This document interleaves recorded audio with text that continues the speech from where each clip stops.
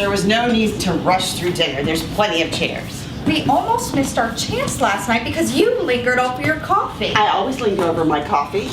We always lingered over our coffee when Thomas was alive.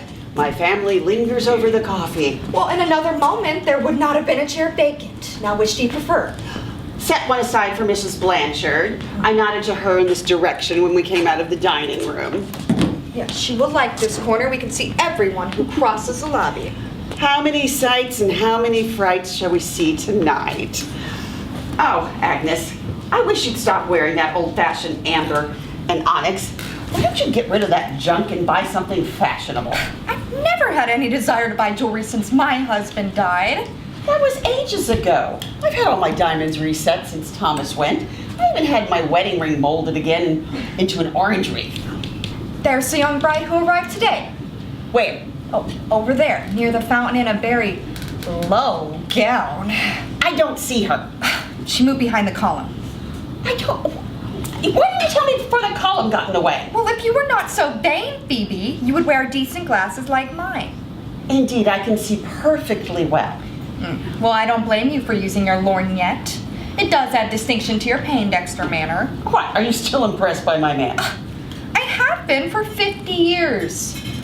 Dear me, Phoebe, was it really 50 years ago since you and I were debutantes? Shh! Don't let the hotel know I'm 70. Oh, no one guesses it. Well, I certainly don't feel it, but this new independent generation, these debutantes with their supercilious airs, their sophisticated conversations, their smoking in public, are not going to crowd me back into a grandmother's corner. Why have you such animosity towards the debutantes? You terrorize them. They put themselves out to be deferential to you. It is good morning, Mrs. Poindexter. Good afternoon, Mrs. Poindexter. Good evening, Mrs. Poindexter. But they never see me, even though we have been here since the opening of the season. You do not create the atmosphere which demands their attention.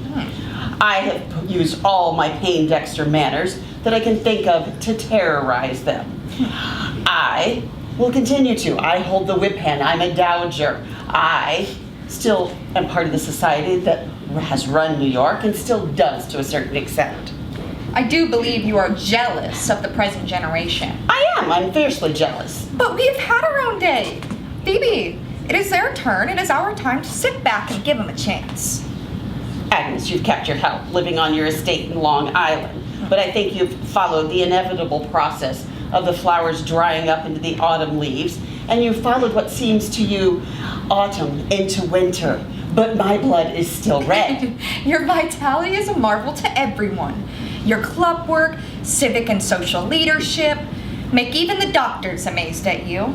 You still have your leadership. I have it because I will have it. I still will, and it will be harder for me to strive for each year, but I will become more imperious, more dominating, to not cower to this independent generation. There's that presumptuous May Wiggin. She's 18 and so rude I would like to spank her. They all fear you, Phoebe. I hope so. I will not be crowded into a corner as I still have one breath of life. Good evening, Mrs. Blanchard. We've kept a chair for you. Good evening, Mrs. Poindexter, Mrs. Dorchester. Sit down, Mrs. Blanchard. No, thank you. Do not help me. I'm about to throw it away. Throw your cane away. Yes, I am not going to need it in a week or so. I heard of a woman the other day who dispensed with her cane. Who was it? That golf champion. She's over there, told me all about a case, but dear me, I never can remember names. I'll have to ask her about it. Are you getting stronger, Mrs. Blanchard? I must get stronger. I am tired of depending upon a cane. Everywhere I go, people are putting themselves out to be polite to me. The debutantes hop around me like so many sandflies wanting to help me walk. I feel like swatting them with this. Their politeness to my infirmity is an insult. If only they would be rude. Mrs. Poindexter was just complaining that they were too rude. Rude? Rude they are. If they are rude to you, it is a compliment. They do not look at you as old and decrepit. I resent their solicitude. In a day or so, I shall throw this old thing away. But you had told me you'd used it 15 years. And so I have. It is old enough to be thrown away. It is the oldest leg I have, and it is going to be thrown away. Oldest? Well, the others are not exactly more than 9 months. 9 months. Do you think I should say 90 years? Isn't that a little closer to the truth? But it is not the truth. The wonderful truth is that my legs are not 71 years old. They are not more than 9 months old. I've been reading an amazing book. Truth What is it? and youth? This book says that every cell in our bodies is completely new every 9 months. I heard about that. My daughter was reading a book about that. I forget what it was called. Each cell reproduces itself according to the impression given to it by our subconscious mind. As we grow old, we hold the thought of old age and impress ourselves with that thought. But if we rid ourselves of the illusion of old age, we can remain ever young. I would pay a fortune for youth. I need this book. You do not have to pay for youth. You simply have to think it and be it. It is very simple, they say, when you have faith. What was that book my daughter was reading? Dear, and never can remember names and titles and numbers. Agnes, your mind is getting like wool. Not quite. I've had too many financial matters to attend to since my husband died to let me slip too far behind the times. But I believe in accepting old age with as good a grace as possible. Rubbish. That is antediluvian. I am just beginning to learn how to live. Do you know, I have just obtained my divorce. After all these years, you've divorced Mr. Blanchard. Yes, after all these years. Well, I suppose you know the story of my life. It was nationally commented upon when my daughter married the Duke of Cobry. Well, my St. Louis friends did mention you. That's why I was so interested in meeting you this season. When Thomas was still alive, he did hear things at the clubs. No doubt he did. My husband has been notoriously unfaithful to me. I grieved about it for more than 40 years and never had the sense to get rid of him. If I have been a fool for 40 years, must I stay a fool forever? No. How odd to think of your willfully giving up your husband when we widows so wish ours back again. Did he contest it? My husband was amazed, indignant. He writes me imploring letters. He is old now and ready to settle down. Well, now, when he is ready to sit before the fireplace and watch me knit, I have played a trick on him. I am not ready to sit before the fireplace, and I'd rather play roulette than knit. By the way, I gambled $300 away last night. We left early? At midnight? I didn't go back to the hotel until morning. I stayed on and played. We missed you on the beach this morning. I slept until luncheon, and I'm going back tonight, starting with $500 tonight. Oh my gosh, you will have gambled a fortune away before you know it. I'm not worrying. I receive an amazingly high alimony. Well, the court figured I would not live long, and I needed much medical care. But I am not paying out anybody to medical care. And when it comes to having a good time, I'm making up for 40 years. I found only one man my whole life whom I really loved, and it wasn't my husband. Be shocked if you want to. I am free now and can speak of it. What happened? I've never known what became of him. I can't imagine what it must be not to love one's husband. I miss mine so. Well, I had been married only 4 months when I heard of my husband's infatuation with a married woman in our own set. He married me, it seems, only to allay suspicion. I see now I should have divorced him then and there, but I was very young then, and it wasn't being done in those days. In those days of my disillusion, a dashing young lieutenant understood my despair and planned to arouse my husband's jealousy so to bring him back to me. Phoebe, stop fiddling with your door key. It gets on my nerves. Oh, he succeeded in arousing my husband's jealousy, but meanwhile I had fallen in love with the lieutenant. And no doubt he with you. Yes, I harbored a secret thought, a terrible thought that Well, my husband might die and I would be free to find the other again. What happened to the lieutenant? He asked to be transferred to another post.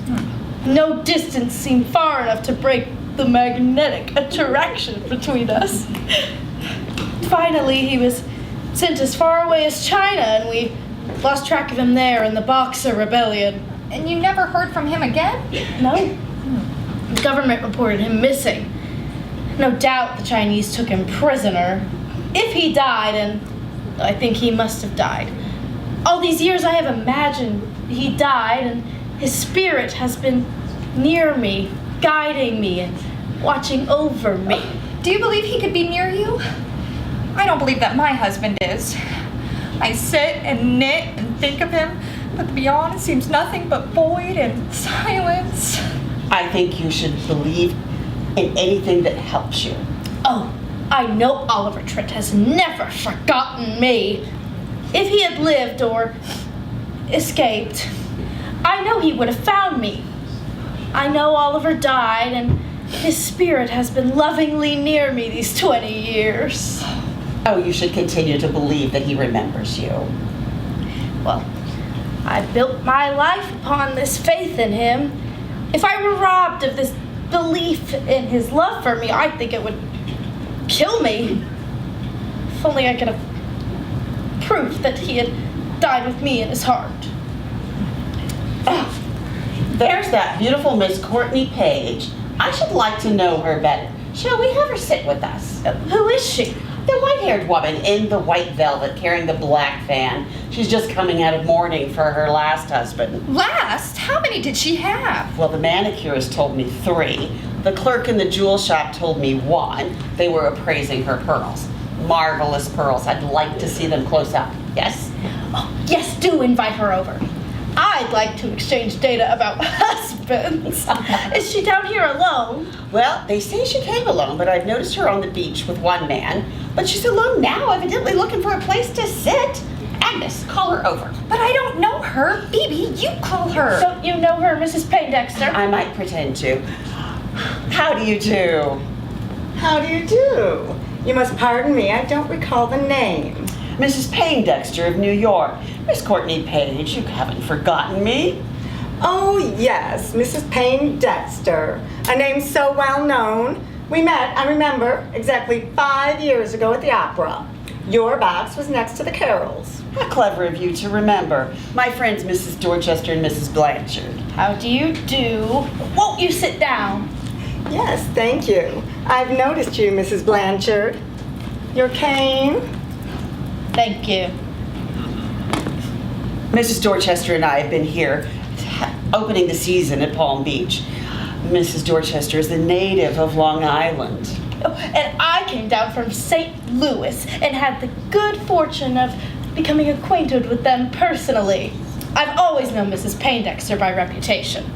Blanchard of St. Louis. The name is familiar. My daughter married the Duke of Capri. Oh, yes, yes. But lately, it seems I've seen that name just lately. Oh, no doubt you did. I am celebrating my divorce. I think she has a great deal of courage to face the world alone, voluntarily. It is rejuvenating to feel so marvelously free. She is quite right. Why should a woman remain in bondage when there is at every turn a new chance for a better alliance? Good gracious! Do you believe me capable of marrying again at my age? Why not? A woman can marry any man she wants. Oh, the man may get the woman he wants. Henry kept insisting until I married him. But I don't think it's the other way around. Do you, Phoebe? I don't know. I worked very hard for Thomas, but I won him. I haven't any opinion. The one I wanted I met only when it was too late. Oh, what do you mean by too late? After I was married to someone else.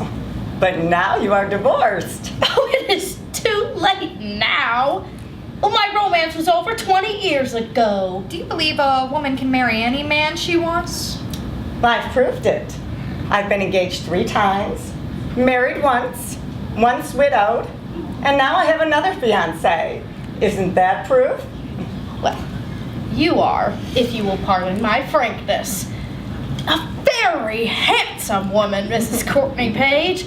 Such attractions wouldn't require much further effort on your part. Oh, well, thank you. But there is a science about attracting love, as there is about anything else. There hasn't been a moment in my life when I haven't been in love. There aren't enough people in the world for that. Oh, yes, there are. As long as you hold the thought of love, you'll find those you can love. And as long as you love, you'll attract it in return. Miss Courtney Page, where's your home now?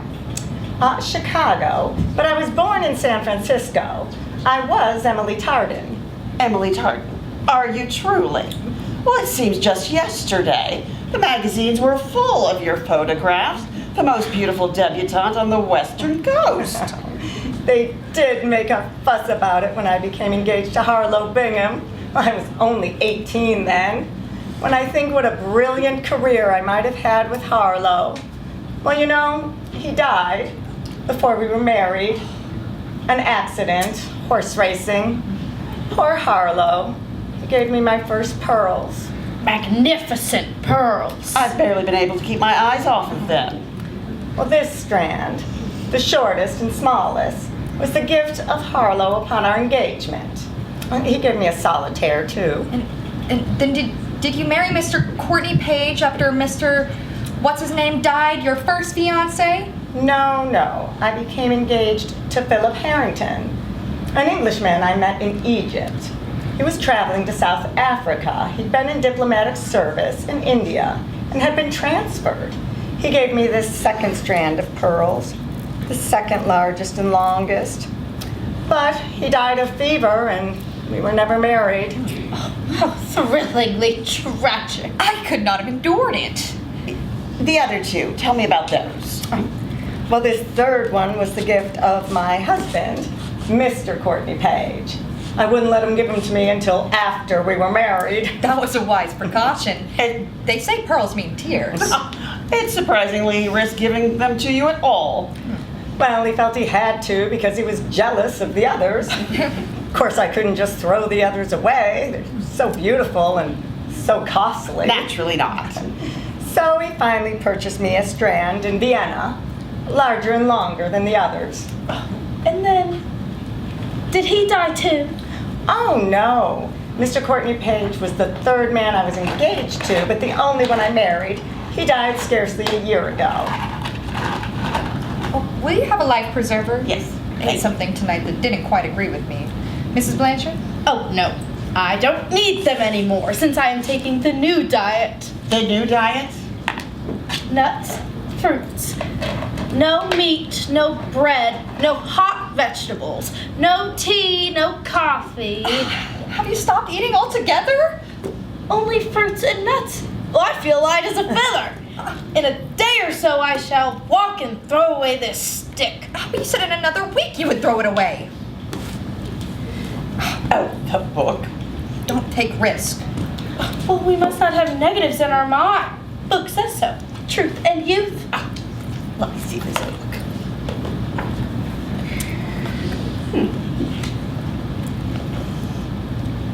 The average man and woman of middle age chooses a comfortable chair and settles down into it with the thought that life is finished and it's necessary to await the end.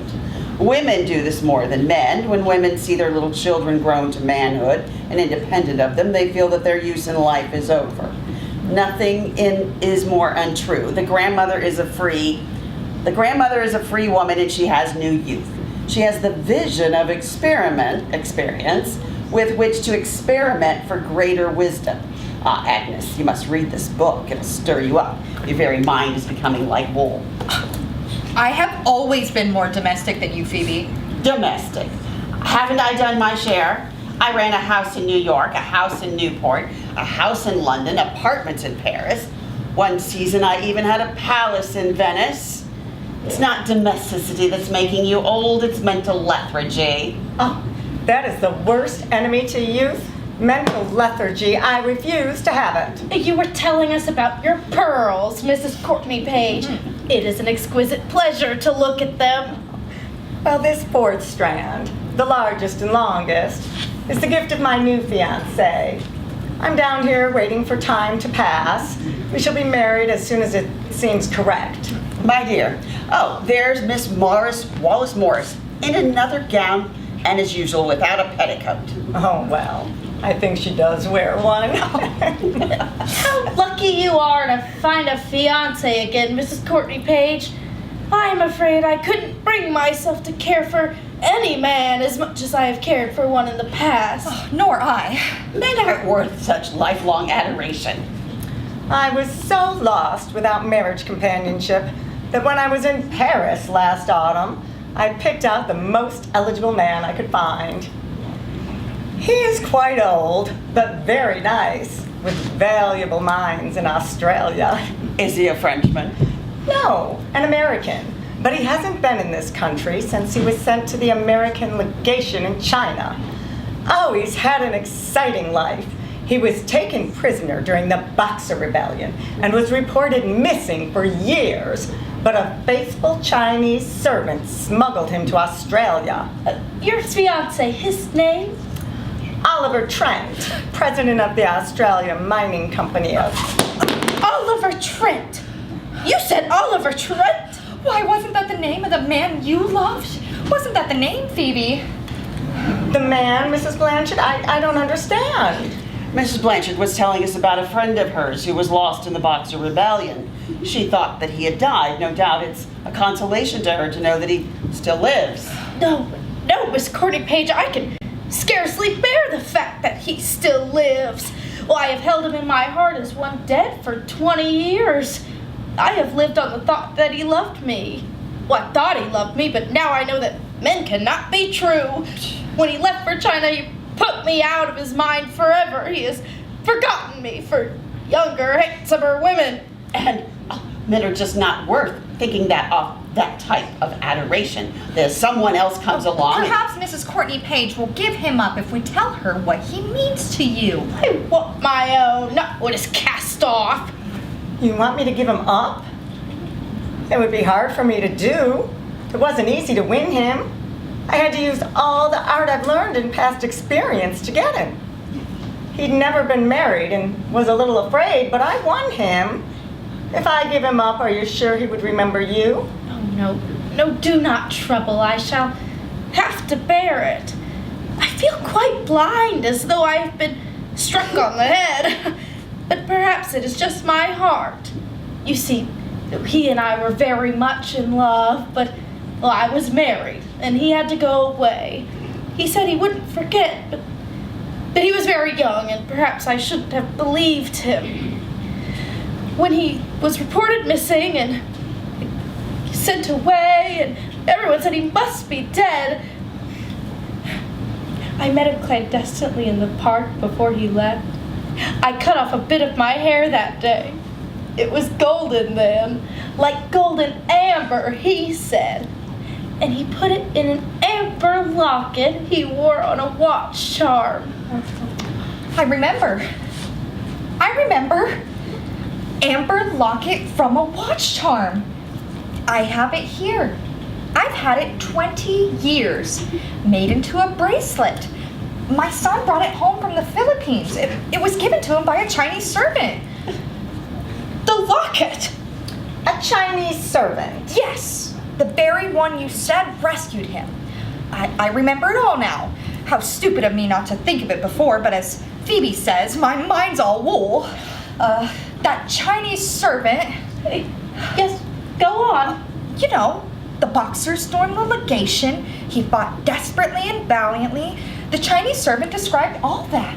How he was taken prisoner and tortured, so he almost lost his mind. At night, he raved in delirium. He called a woman's name, but there was no one of that name in the legation. It wasn't a real name one could identify. It must have been a nickname.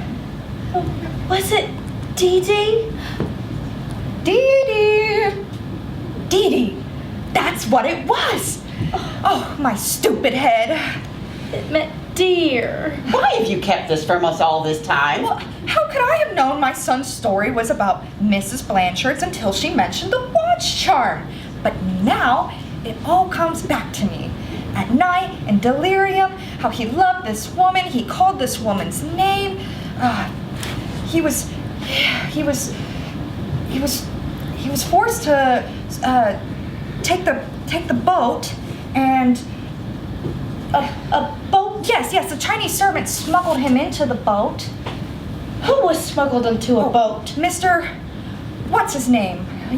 Oliver Trent. Yes, into the boat, and in the excitement of concealing him behind some kegs, the ship began to move. And in moving, the Chinese servant had to run to get off, but he forgot to give up the amber watch charm. So he kept it. He kept it as a talisman, and a few years later, when he served my son in the Philippines, my son became very ill with fever and became very superstitious about it. So he made the talisman into a bracelet, and he gave it to me for my protection. But now, I shall give it to you, for it is your talisman, Mrs. Blanchard, a talisman of his undying love. And that is why I had such trouble getting him to care for me. He told me about his first love. He spoke of her as Dee Dee, and he said that when he lost the amber, he felt that she'd gone out of his life forever. He said she was married, and it was unlawful for him to think of her. But he has never forgotten. He told me he would love her always. And when I tell him of you, Mrs. Blanchard, he will come to you at once, for you have been right. His love has been yours, and is yours still. I think you should have these pearls. Oh, no, thank you. I don't want them. I have this. Excuse me, ladies, if I go to my room. I've had my answer out of the silence, and I am a bit unstrung.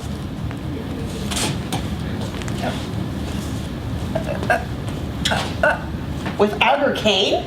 Don't remind her. Poor dear. Agnes, how'd you get such memory? Was all that you said true? I'm looking at that piece of amber. It seems like you've worn it forever to me. Well, Father gave it to me my 21st birthday to save a lock of my blonde hair.